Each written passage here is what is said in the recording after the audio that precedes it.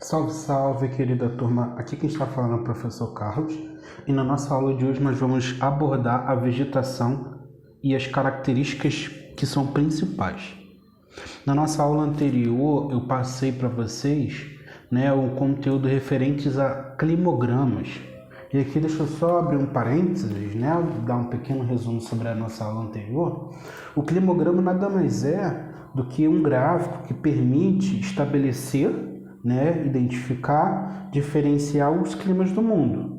Então você tem numa vertente do climograma o valor de uma precipitação, de uma chuva em milímetros, numa outra vertente a temperatura e na base do gráfico os meses do ano. A partir da combinação de temperatura, umidade, de temperatura, de precipitação e o tempo, a gente consegue estabelecer graficamente, o comportamento ao longo do ano. Então, cada clima ele tem apresenta o seu conjunto de características, seja clima tropical, clima equatorial, enfim, os diversos climas que nós temos na superfície terrestre. Na nossa aula de hoje, nós vamos falar sobre a vegetação e suas principais características. E aí eu botei essa pergunta, esse gifzinho para a gente pensar. Por que os cactos não têm folhas? Os cactos, esse tipo de vegetação, eles conseguem sobreviver em regiões áridas, ou seja, com pouca oferta de água. Então os cactos passaram por adaptação ao longo de sua evolução.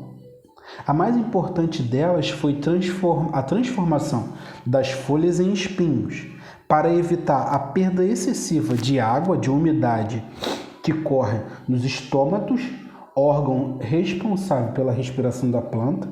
Assim, os cactos respiram pelo caule com uma quantidade reduzida de estômatos, que se abrem apenas durante a noite. Então, os cactos eles apresentam essa característica particular, que lhes permite sobreviver em locais com climas, com baixa disponibilidade e oferta de água, E aí a nossa aula de hoje a gente vai falar sobre isso, sobre vegetação. Na verdade, a geografia está preocupada na variação da vegetação no espaço, A vegetação ela é um reflexo das condições naturais de solo e de clima do lugar em que ocorre, Então, os elementos climáticos, como umidade e temperatura, eles influenciam, eles determinam o tipo de vegetação.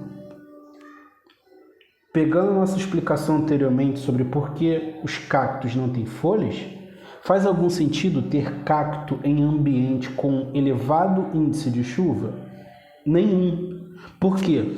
Eles desenvolveram essa capacidade, de reduzir a perda de água para o ambiente, Então, os solos, eles também influenciam expressivamente o desenvolvimento vegetal, atuando como facilitadores ou limitadores do desenvolvimento, A fertilidade natural de base química e orgânica, ela impacta o desenvolvimento, mas de maneira geral, em um patamar inferior ao do clima.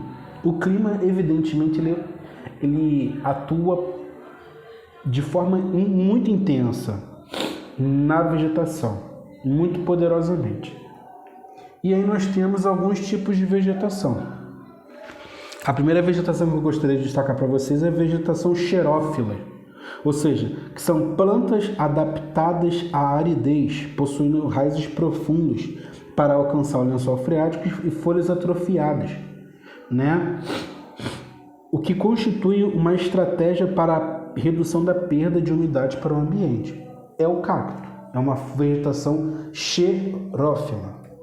Outro tipo de vegetação que eu gostaria de falar para vocês, que são quatro, A higrófila, tropófila, mesófila e halófita, A vegetação higrófica são plantas adaptadas a muita umidade, sendo necessárias serem perenes, ou seja, apresentam folhas durante o ano todo, Mas por que, professor? Elas apresentam folhas durante o ano todo? Porque emite uma umidade, maior índice de evapotranspiração. Lembre, os organismos também transpiram. E os seres vegetais, eles partem desse princípio. Ok? Uma outra vegetação é a vegetação tropófila, né? Plantas adaptadas à existência de uma estação seca e outra úmida. Vegetação mesófila adapta-se a ambiente com regularidade de chuva, ou seja, em que a umidade tem expressiva constância ao longo do ano, né? Então essas plantas têm essa capacidade de adaptar-se a ambiente de regularidade de chuva. E a vegetação halófita, né? Ou seja, são vegetações adaptadas a ambientes salgados, né? Então a vegetação ela apresenta essas características que vão variar de acordo com a umidade e de acordo com as folhas, né? Então, os domínios vegetais eles podem ser classificados de acordo com as características de suas folhas, envolvendo forma, tamanho e sobrevivência ao longo do ano. Então, eu gostaria de destacar para vocês as folhas latifoliadas. São aquelas folhas largas que ocorrem em lugares de grande umidade ao longo do ano, como a Amazônia e a Mata Atlântica. O grande tamanho das folhas está associado à necessidade de intensa evapotranspiração, devido à grande umidade dessas áreas. Outro tipo de folha são as ciculifoliadas, ou seja, vegetações que possuem formas de agulha, como os pinheiros, né? Quanto menor é a superfície das folhas, menos intensa é a evapotranspiração e maior é a retenção de água pela planta. Outras que eu gostaria de falar com vocês são as caducifólias, né? Também podem ser chamadas de decíduas, né? São plantas que perdem as folhas em uma estação do ano, geralmente no outono, para se prepararem para o inverno, que é mais seco ou muito frio, né? E nós temos as folhas, a vegetação perennifólias, né? Também podem ser chamadas de perenes. São as plantas que sempre estão verdes, nunca perdem todas as folhas. São implantadas em regiões em que as estações do ano não têm uma clara definição. A zona climática que não tem uma clara definição, né, as estações não têm clara definição, é a área tropical. É a zona intertropical, ou seja, entre os trópicos, né? Trópico de Capricórnio e Trópico de Câncer, né? Como a queda das folhas no outono é uma adaptação para determinada característica do inverno, o fato de o inverno não ser frio ou seco faz com que não haja necessidade de queda. E aí nós temos as variedades, para fechar nossa aula, das espécies, né? Os domínios vegetais podem ser classificados de acordo com a variedade de espécies. Então nós temos vegetações mais homogêneas, mais iguais, e vegetações heterogêneas, ou seja, com maior biodiversidade, né? Então vegetações homogêneas não possuem grande variação biológica, havendo uma clara predominância de uma determinada espécie. Talvez você esteja se perguntando por que há uma predominância de determinada espécie.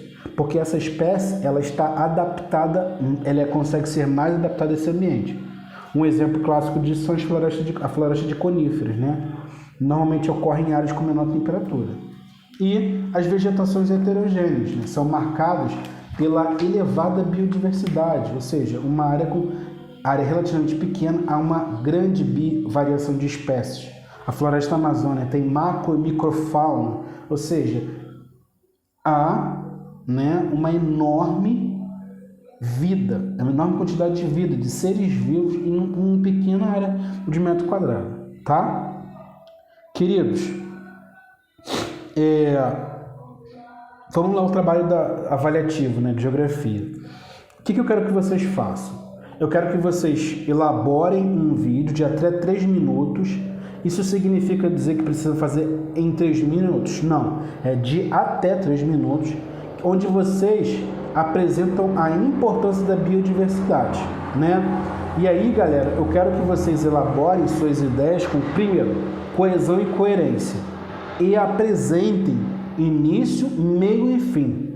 Então, eu fiz aqui um apanhado de uns links com conteúdos que podem ajudar vocês na produção desse vídeo, eu quero que vocês me encaminhem, tá certo? Queridos, um grande abraço a todos e até a próxima. Tchau, tchau.